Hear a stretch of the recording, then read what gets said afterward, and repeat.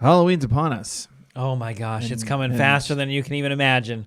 You know, it's scarier than goblins. What's scarier than goblins? Losing a bet. Oh man, please. They didn't cover the 6.5. That's why you got to rely on Bet Online. Yep. Because Bet Online is the world's most trusted betting platform and your number one source for everything sports betting. Every stat, matchup, breakdown, and even live odds and spreads to bet on during the games. It's good because Entertainment during entertainment. game's not exciting enough. Make it more exciting. That's right. With the largest catalog of odds on everything from football, MLB, playoffs, NHL, NBA, to political props. When the game's over, head on over to our online casino and get in on a game of blackjack or poker or unwind with one of our 150 slots games you already know. What kind of political props would it be like? Which animal is in RFK's car now? Will his hair stay on? Wild. How many tie flips will you see? Head to the website today and get in on the action with America's most trusted site for online wagering. Bet Online. The game starts here.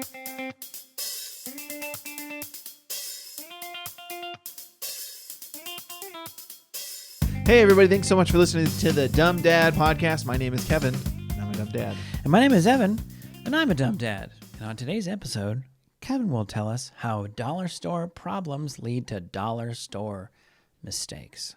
Nice. Thank you. And on this podcast, Evan's going to illustrate why, even if you follow the directions, it still doesn't work out. So why even use the Why directions? Cheers. Cheers, bud.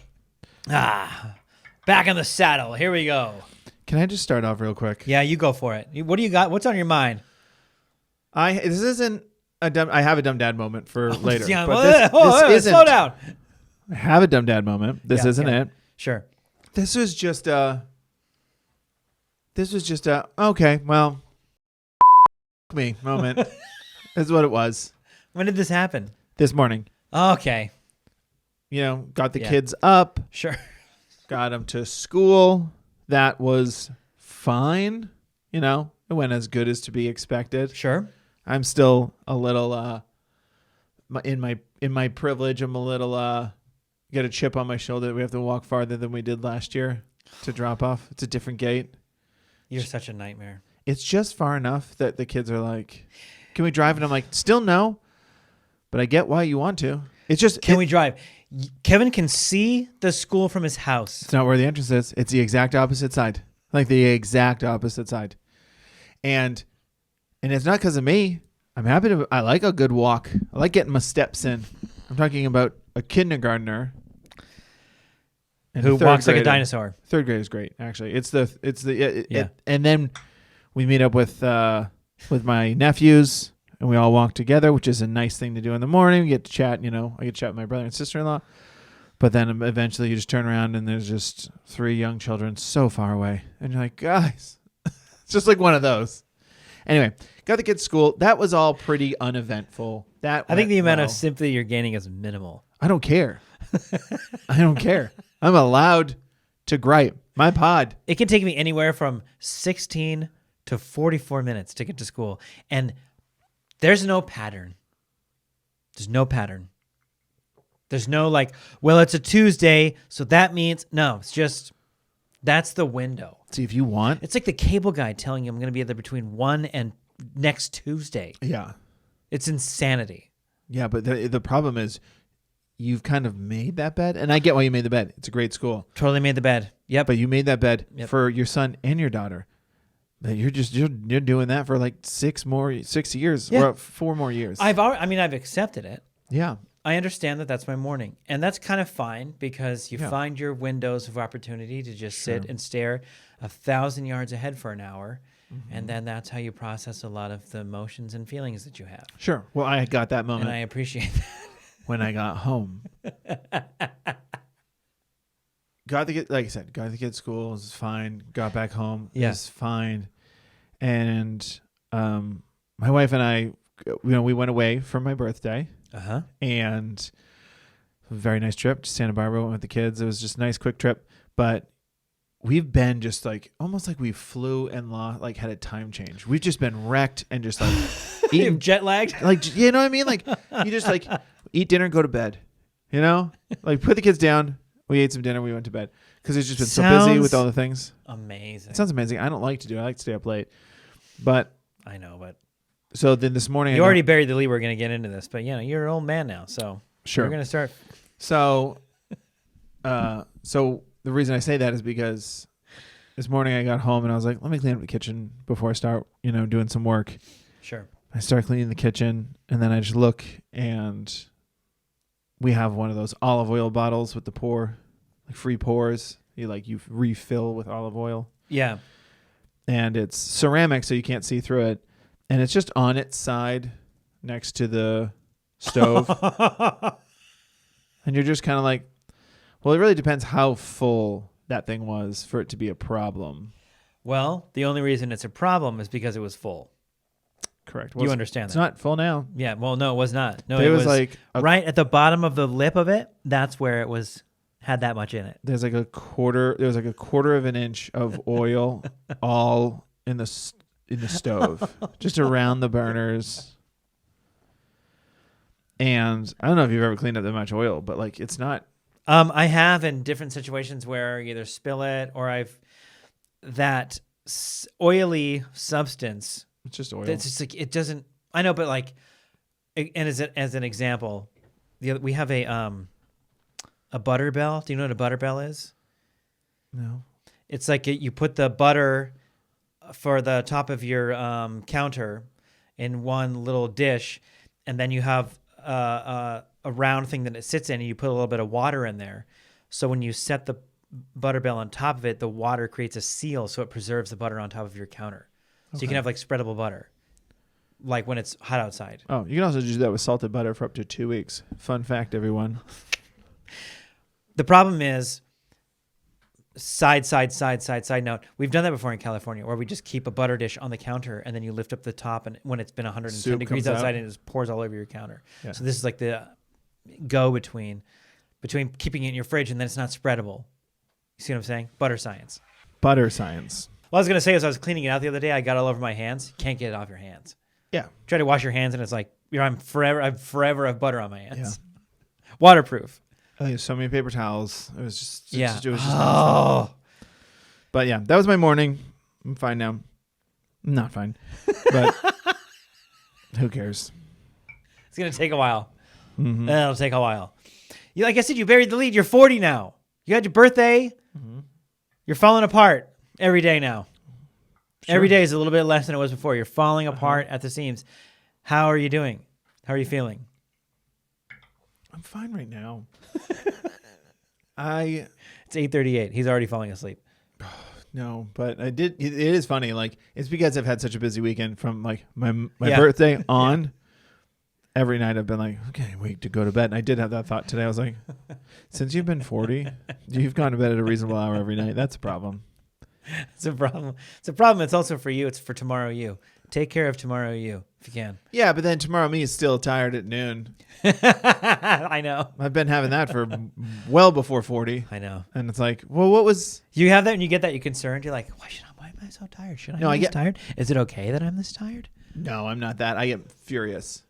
Because if I stayed up till 1 watching something or playing a video game, the next day I'm like, oh, you idiot. I know. And then noon I'm tired. But I go to bed. My wife's 9:30, 10 o'clock. My wife's I'm going to bed. I'm like, all right, let's go to bed. I go to bed. And then cut to noon the next day and you're still tired. And I go, well, I could have watched an episode. Yeah, right? I could have maybe seen a little bit more. Yeah. Played one more level. It's infuriating. It's infuriating the older you get that you realize the youth have it and they don't know that they have it. Oh, it's man. one of life's little tricks. When I was in my 20s, I had 2 jobs. Here we go. What I'm saying is I'm with you. Can't tell you how much I identify with what you're saying. Yeah. And then I'm jealous of younger me. Sure. As we all are in many different ways. Yeah. Not the stupidity, but you know what I'm saying. I would have 2 jobs. I'd work 9 to 6, and I'd come home and I'd eat a little something, and then I'd go work my second job from 8 until 11, and then I would come home, and on the way home, stop and get something to eat, sit down and eat it. Fast food. Chop Stop's not open, I'll tell you that. Yeah, exactly. Get a little fast food, come in, eat that, watch a little something, then jump on Halo online at like midnight and play till like 3:30. Yeah. And then get up at like 8:40, 8:30, grab something on the way to work, go do it again, like 5-6 days a week. Yeah. And now it's like if you watch a half an hour of a show you think sucks from 10 to 10:22 because you fell asleep for the last 10 minutes, you're paying for it for 2 days. Because you slept on the couch weird. Because you slept on the couch weird. The youth have it. They don't even know they have it. I still don't fall asleep watching TV. And I don't know if that'll ever happen. Yeah. But doesn't matter. You're still sitting weird. It's a lot of shifting. It's a lot of sliding down. A lot of shifting, yeah. A lot of sliding down with eventually my chin and my sternum. And I'm like, what are you doing? Okay, here's the thing. We're going to get a little serious in the show right now before we get to our dumb dad moments. Because the last week and a half, 2 weeks or so has sucked. Okay. My little six-year-old little girl is, I don't know, exhibiting a lot of like big feelings, has no idea how to deal with it. And usually after school, and the source of which we're not really sure what it is, it could be growth hormone, that kind of stuff. Yeah.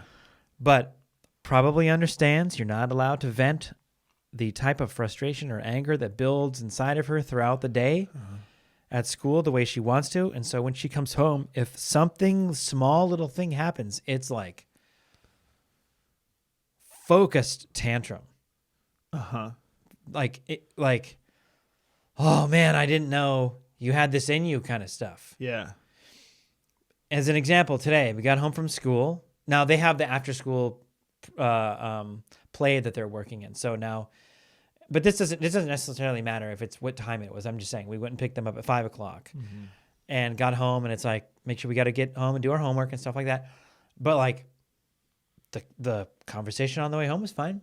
We're getting stories about the day, everything. You know what I'm saying? This is like the 0 to 60 moment where you're like, how did we get here? Yeah. How does this happen? We get home, start to get out of the car.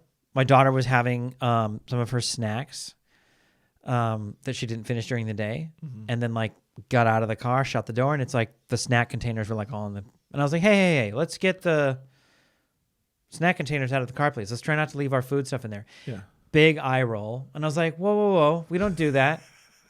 Okay. That's super unfair. That's very rude. Yeah. I'm just asking you to get your snack container out of the car. That's all I'm asking you to do. And then like stomps to the car, and that's like I lit the short fuse right there.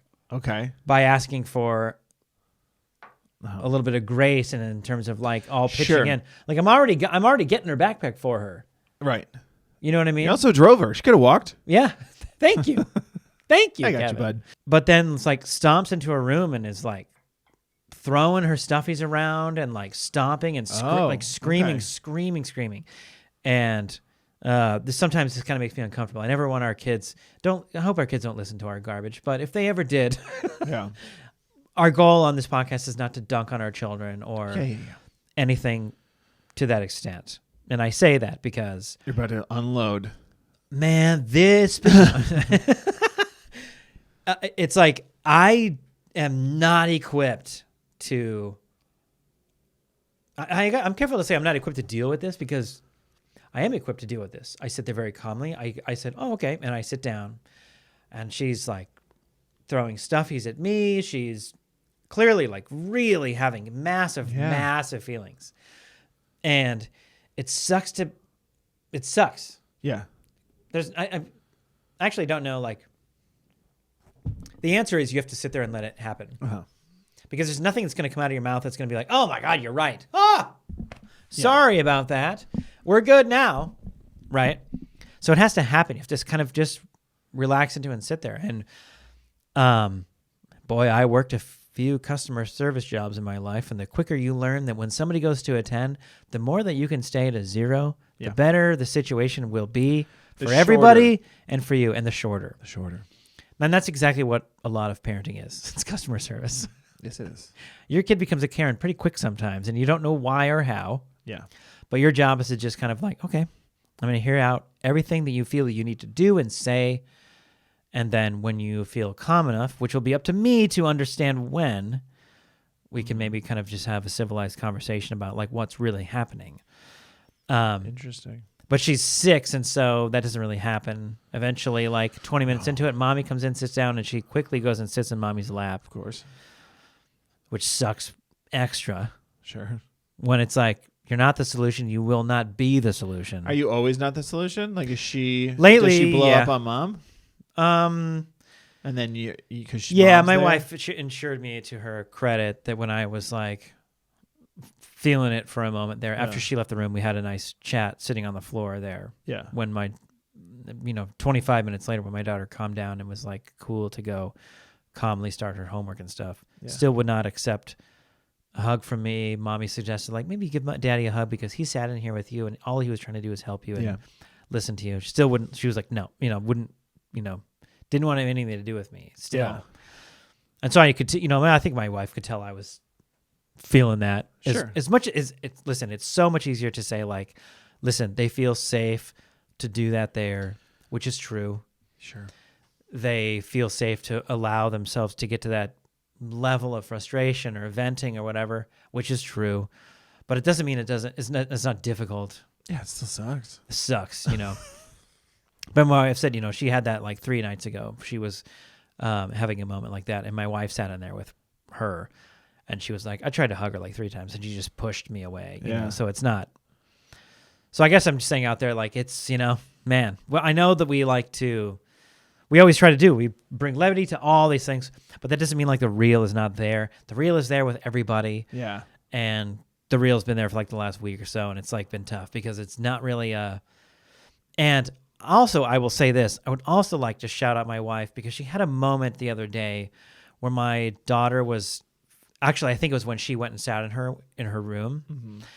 And when we came back out, before I even said anything, my wife said, hey, I know that you like to diffuse so many situations with humor a lot and try to make the kids feel better, but I think we're going to have to kind of let her chill for a little bit.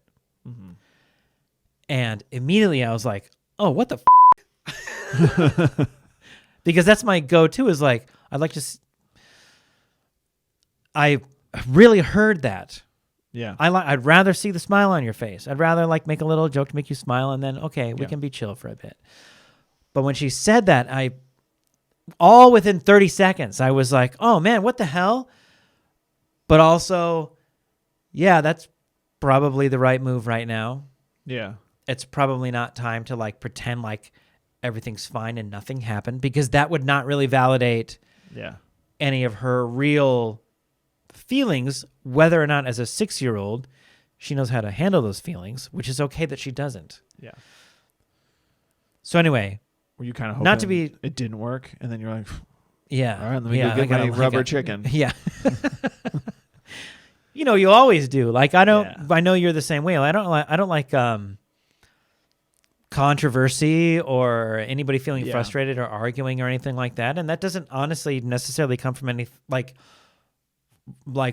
overexposure to that in my youth or anything like that. I just listen, man, life's short enough. Nobody said it did, man. What a weird thing to offer. I'm just saying. Whoa. But I see how that could be the truth for some people. Sure, so that's what I'm saying. Course. Like, but I know you and I, it's like, hey man, I do also truly believe life is short. I'd rather laugh my way through it and acknowledge the stupid things that we do and whatever.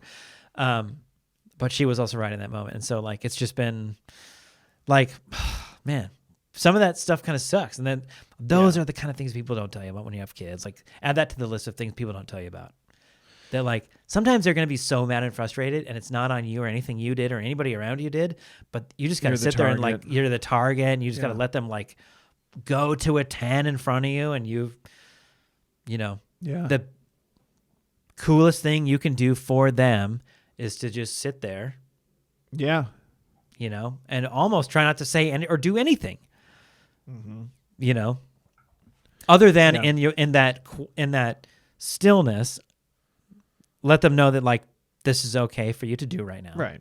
Yeah, that's the best thing you can do. I'm really, without maybe you even knowing, here to make sure you don't hurt yourself or do something drastic in the room. But like, So anyway. Well, sorry going through that, man. I appreciate that, but not fun, tough stuff. No, it's not the fun, tough stuff. And again, but I think it's important to acknowledge that, like, hey, it's no matter who you are, what your situation is, how you like to go about it or whatever, it's the truth sometimes. And it is right now. And it's fine. It's fine because she will either get the help she needs from us or maybe somebody else or whoever it is, or just it could be a moment, or like I said, sometimes it could be a growth spurt. Sometimes they're hungry. You know what I mean? Like, so it's our job just as much to pay attention to it. You know? Those are the hard, long moments. Yeah. And then those are the moments that when you're an older parent and they're in their like 20s and they make the fatal mistake of saying, I mean, I don't think I was like that bad of a kid. I thought I was all right. You get to go, oh my God. Yeah. I know.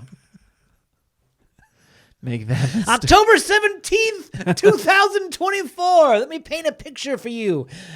Why don't you sit down? You think you had a lot of stuffies because you were collecting them? No, it was either those or books. So we just kept buying them for you. I was looking out for me. Yeah. Anyway, let's jump into the dumb dad moments because we got one to read. And let's do it. Yeah. I got one. You got one? I got one. Go for it. Okay. My dumb dad moment is brought to you by spontaneous creativity. Which is also how I came up with that name. So I didn't think about the name yet at all. Improvisation by Kevin LaFerriere. So my son is a big fan of Plants vs. Zombies. It's what we're doing for Halloween, actually. We're going as Plants vs. which is so fun because he wants to obviously go as a plant. And he wants to go as like a sunflower.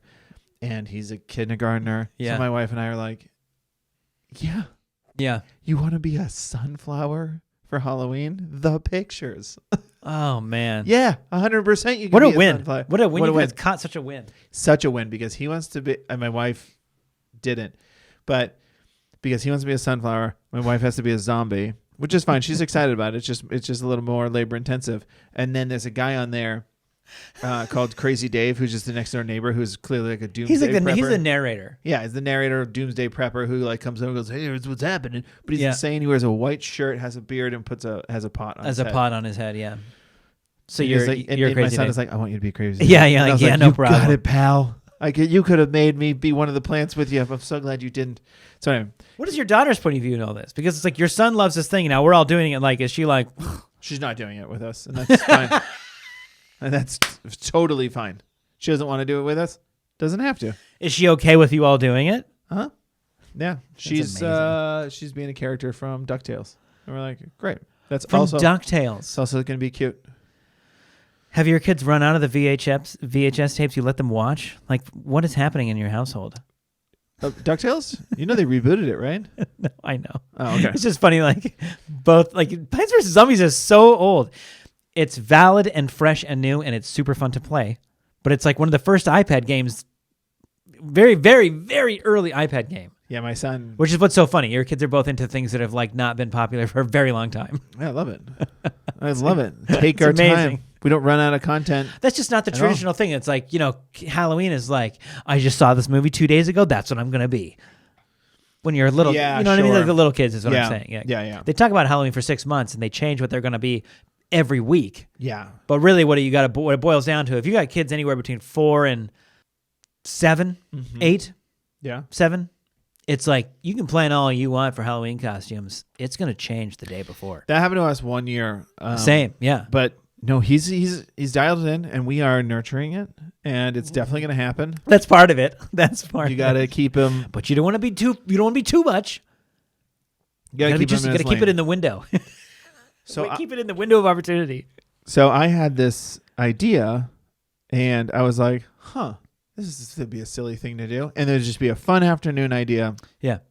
And I said to my wife, I go, I think I'm going to take our son while my daughter and her are doing something. I was like, I think I'm going to take him to the dollar store. And we're just going to find whatever we can find in there, almost like a game. Yeah. To decorate our actual lawn with a tiny little Plants vs. Zombie scene. Smart. Love that idea. And she was like... Also love the challenge, by the way, of going to the dollar store. Yeah. Because the adventure is the only thing that matters. Yeah. So So like the fact that you can go in there with him and be like, let's find our materials is such a good idea. So it was really fun. We went like 2 weeks ago, maybe maybe a week ago, who knows? And it was 2 weeks ago, and we went. And the reason I say this because like they had Halloween stuff up, which was clutch because they also had just fall stuff up. Yeah. So we grabbed a bunch of like lawn scarecrows, and we're like, I showed him. I go, these are our zombies. We're gonna cut them up. We're gonna cut all the hay off them. Give them a little makeover, and then we're gonna buy markers, and we're gonna like paint their face, like color their faces green and gray. And he was like, well, let's keep going. And we just got like a bunch of stuff. We got one of those like party balls that are like collapsible metal balls that like open up and you just hang them from like the ceiling or whatever. Oh, like a light, little like sphere. Yeah. Like I guess it's like paper light, almost like paper in it. Yeah, paper lantern kind of thing. Yeah, paper lantern. That's what. Yeah. And so we found those. I had originally bought those just because I was like, I need the wire, and the dollar store didn't have wire, and I had plenty. And I was like, all right. Then we grabbed a couple like little balls, and I was like, those will be the peas. Because there's like a pea shooter who's just like a circle with a triangle that shoots balls. And I was like, great. So now we need a triangle. I need a circle. And so we're just buying a bunch of stuff. We find a little sunflower thing. And then we found like they were also selling randomly little tiny mushrooms. And I was like, perfect. There's mushrooms in the game. Yep. Those are players. So we did it, and we bought a bunch of paint. And then we came home, and like my daughter got involved, and we're just painting away. I'm showing them pictures, and they're just going wild. And I was like, great. And put them on the lawn and set it all up. And I took the balls and I put the wires through them. And then I put it so it looked like they were floating in the air. Yeah. Shooting out of this. Didn't look great. Pea shooter, because it was like a paper lantern with like I cut half of like a cone off of, and I glued it on there, drew on some eyes, put that in the thing, and my son was thrilled, over the moon about it. That's exactly what it is, man. And it was great, total W. And that was on a Sunday. Yeah. And then on Monday, all right, it's time to go to school, get the kids, go out the door. They walk out, and my son is like so excited to show his cousins because, like I said, they meet us right there. Yeah. And he's like, look at my Plants vs. Zombie. What happened here? And I was like, huh? What happened? And I looked, and because one is my kids. It was with children. And two, it's a dollar store, so resources are limited. The paint I got was like Crayola washable paint. Yeah. And my sprinkler system undid all of our work. Undid. I was like, oh, I'll get this for you, buddy. Don't worry. Just cleaned them all up. The paper lantern was disintegrated. It's still there. I haven't taken any of it down. It just looks weird. It looks like sun bleached is what it looks like. But he was like, what happened to this thing? And I was like, the sprinkler washed all of the work you did off of it. We were making sure all the grass stayed dead by watering it. Basically. Because it was 110 degrees here for a long time. Yep. Oh, no. So my plan is to... Your plant is? Yeah. To bring them in and repaint them right before Halloween. Yeah. And turn the sprinkler system off. Great idea. You might even consider doing that in reverse order. Mm-hmm. Is your son good at it? Plants vs. Zombies? No. Yeah, I know. My son played it too. Yeah. A couple years ago, whenever he got into the same kind of thing, it was like, and just like planting sunflowers the whole time because they're happy. And then zombies come, they eat the sunflowers and go into the house. I mean, like, it's so funny to watch because like, it's such a, when he does get good at it, like my son became better and better at it. Yeah. It's like learning, like planning ahead, guarding your thing, doing it. But like they first just plant stuff so randomly, and then they put like a pea shooter right in front of the zombie, just chews it up and eats it and moves on. It's just like, oh man, it's so funny to watch a young little mind who doesn't understand like what the concept of it is. Planning ahead. Just get destroyed on the first level. Destroyed. And you're like, oh, this is so funny. Like when we first started playing it, it was like, oh, I get. I mean, it's like you play. First of all, we're a video game era. You know. 80s babies, 90s kids. Yeah. And so like you're like, okay, I get what the thing is here after 10 seconds. Yeah. But when they're just like never played a game like that before, you're thinking like, whoa, man. You better get this down before you can touch the switch. There. That's hilarious. I love that he's into it though. That's so fun. It's always been a fun game. Like it's been around long enough where I've gotten to probably like 3 separate times of downloading it again and playing it for a while, and it's like, yeah, this is fun. Yeah, it's great. It's a fun time waster. Exactly. My dumb dad moment today is brought to you by meal kits. Uh-oh. Yeah. Okay. And so here's the deal. This is what's so funny about this. And I'm going to shout them out because it has nothing to do with them. It's everything to do with me. But recently we got lucky enough to partner with Dinnerly. Yeah. Who, by the way, I got to say, I've done plenty of meal kits before. I'm sure we all have. Every single meal so far I've been like very impressed with. Yeah, they're great. I have enjoyed them as well.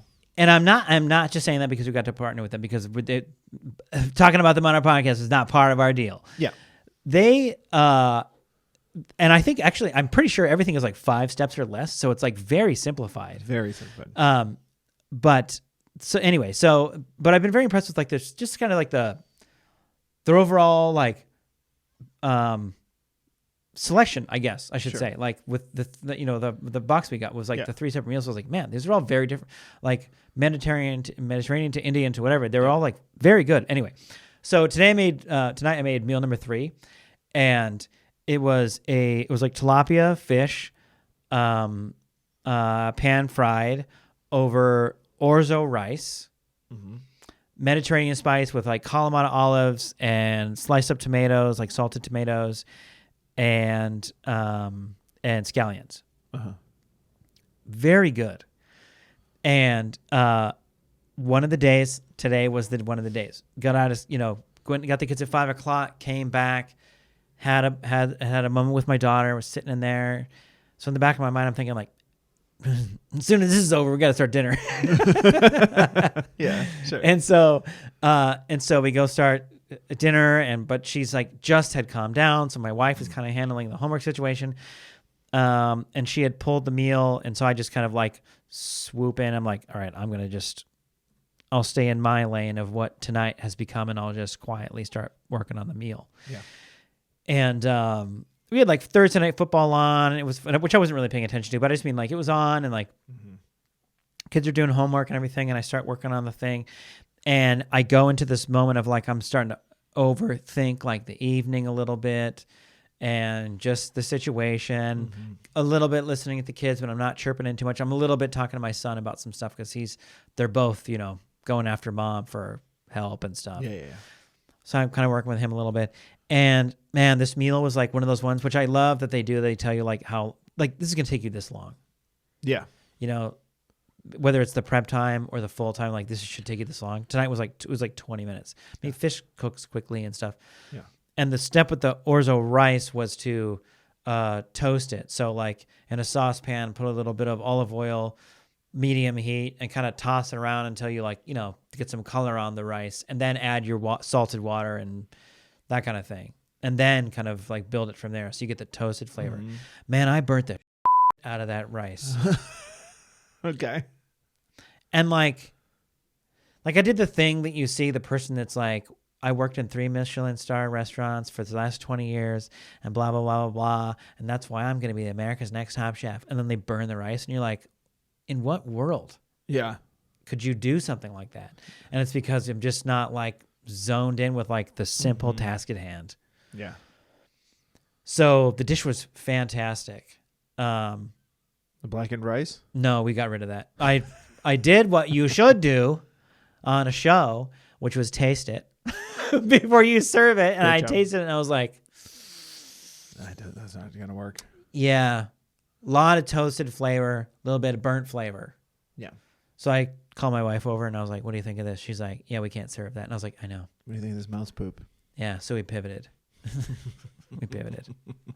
But it was like, we pivoted to a different rice-like carb, which worked totally fine because the real flavor was in the fish and everything. But it was like, man, what a rookie mistake to make when all I really had to do was kind of just quietly make dinner. 10 to the dinner, buddy. 10 to the dinner. And then I make the announcement, apologies everyone, we're on about a 10 to 15 minute delay I said we're on a 10 to 15 minute delay for dinner being served because we are pivoting to a different carb. Can I top off your wine? Mostly because I ruined the first one. Yeah, can I top off your wine? How are you enjoying the evening so far? There was bread? No, I also forgot to pick that up. Yeah, I forgot to pick up the bread. It wasn't part of the... Anyway, shout out to Dinnerly because they've been amazing, but man... Yeah. How to quickly screw up something. It's so easy to do. It's so easy to do. That's why. Okay, so let's move on to a dumb parent submission. Let's do it. And this is from, and if you have a dumb parent submission or a dumb thing you did and you want to reveal it to us, we can read it. And it can stay anonymous as well. So no worries there if you wish it to be. But it's fun to talk about the stupid things we do as parents, like overcook the rice. It's like one of the first things you learn how to do when you're poor and you have no money when you're younger and you're just like, I'll have rice for a month. Mm-hmm. You get good at it because it's easy to do. So easy to do. So easy to do. So easy to do. So send them to us at dumbdadpod@gmail.com. We enjoy reading them. And this one, Kevin, is sent to us from Stephanie Varelli. Hi, Stephanie. Hi, Stephanie. Now, I will also say, and I appreciate this about Stephanie's message here, is it says, disclaimer, this story is not for little ears. Great. So if right? you're in the car with the kiddos, let's pause push it. pause and listen to it when it's an acceptable time. On your dog walk. Stephanie writes, hi, Kevin and Evan. Hi. I've been a longtime listener and love your Instagram. Thank you very much. We just had a dumb parent moment happen this week that I have to share. My oldest daughter has some dental issues. Okay. I can relate. Baby teeth not falling out on their own and adult teeth growing in behind them. Evan, I know you feel me on this one. There you go. There you go. That's right, Stephanie. She has had to have a few baby teeth extracted. Man, not fun when you're a little one. That's tough to understand. I might be headed that way. At the dentist for this reason. I know Kevin still has all of his baby teeth, and they are not moving out of the way. Well, right on cue, an adult tooth became visible coming in the wrong place, but the baby tooth was actually loose this time. Great. Perfect. Pliers and She pull. writes, that's right. Let's get that bad boy out of there ASAP so we can avoid going to the dentist. Correct. Again.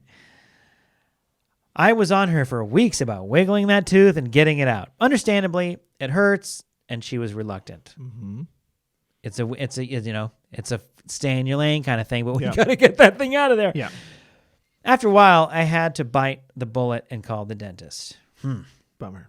Bummer. Understandable. My brave girl had the tooth extracted and was excited to have the tooth fairy come and visit. Great. Except the tooth fairy didn't come and visit. Okay. It's important to note that my husband and I take turns doing the tooth fairy thing. Can already tell you right now, this sounds like it's going to be a communication issue. Mm-hmm. So we're both at fault here. Yeah, loop him into it. Yeah. My alarm went off the next morning, and my eyes instantly went big as I remembered we forgot to do something critical before bed last night. It's interesting to say that she says that they alternate, and now all of a sudden we forgot to. I'm not touching that. You go ahead and lean into that all you want. Just something I noticed. Sure. I looked over at my husband and said, oh, we forgot. We quickly came up with a cover story and got our story straight. Good plan. Love that plan. Communication. Now back online. We got up prepared to face the inevitable heartbreak. Okay. Oh, God, what a gut punch feeling. That sucks. Yeah. My daughter came downstairs with a perplexed look on her face and said, Mommy, the tooth fairy didn't come. I replied with our pre-rehearsed explanation that something must have happened for her not to be able to come. Too many kids, illness, who knows? Mm-hmm. Good plan. Now, whatever. It's funny that she said we alternate, and now all of a sudden doesn't matter. The fact that they came up with a plan, they had each other's backs, that's the thing. That's the thing. Otherwise, you're gonna paint yourself into a corner real fast. That's right. When she was off to school, I frantically searched Pinterest for something I could use. I typed in tooth fairy forgot. And a whole list of tooth fairy apology letters appeared. I ran to the store, picked up a cool new toothbrush and some puffy stickers because puffy stickers fix everything. Yes. Correct. printed out the letter from the Tooth Fairy, and was ready to go. That night, my husband did the deed. My daughter woke up the next morning with a huge smile and read the letter to us that the Tooth Fairy had let her. In short, the Tooth Fairy got caught up in a windstorm and had to take shelter so her wings wouldn't get damaged. Smart. Tooth Fairy smart. My daughter, without missing a beat, remembered that on the news there was a hurricane heading to Florida, and that's why the Tooth Fairy hadn't come. Checks out. Phew. Thanks for always making us feel normal in this crazy parenting ride, from Stephanie. Stephanie, thank you for writing in. What a Stephanie, moment. Thank you for that. Yeah. Steph, that was fun.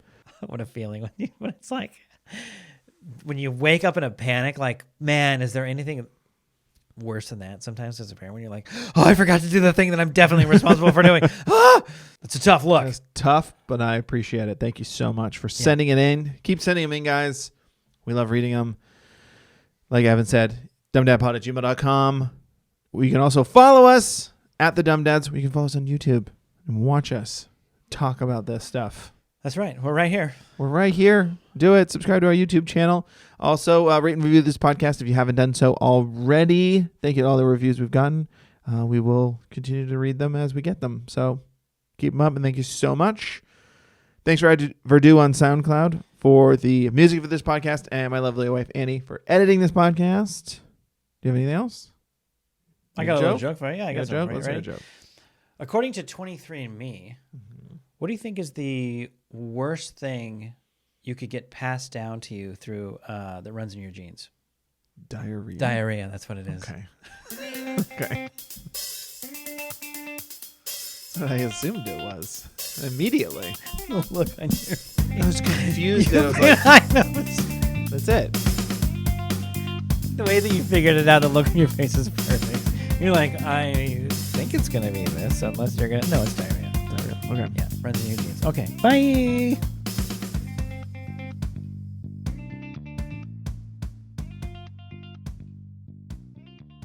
Welcome to the world, little one. Welcome to life. How do I stop this? The Dumb Dad Podcast is proudly presented by Bet Online.